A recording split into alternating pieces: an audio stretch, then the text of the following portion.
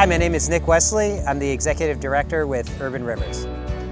Urban Rivers' mission is to transform urban waterways into wildlife sanctuaries. If you look around any sort of city, you'll notice a few trends in their waterways. They're steel or concrete edges. They used to use them for shipping. They've dredged them, they've dammed them, they've done all this stuff to it.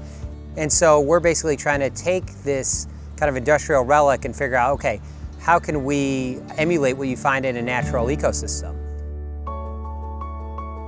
You know, our flagship park is the Wild Mile, which is on the east side of Goose Island in the Chicago River. One of the ways that these floating gardens kind of come into play is, you use a bunch of different native plants, all things you'd find on a naturalized river edge in the, Illinois area. Native plants that provide food for pollinators, birds, other mammals, things like beavers or muskrats or whatnot. And then below the water, the roots actually just grow directly into the river. And so they create surface area for microbes and other things to grow on, space for fish to hide in, to eat, breed on. And so creating all of this kind of structure and refuge is a really important part of the whole river ecosystem.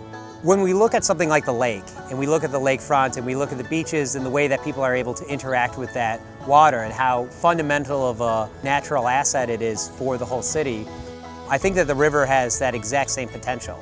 And so the more ways we can bring people down to connect with all of the different pieces of it, I think is very important.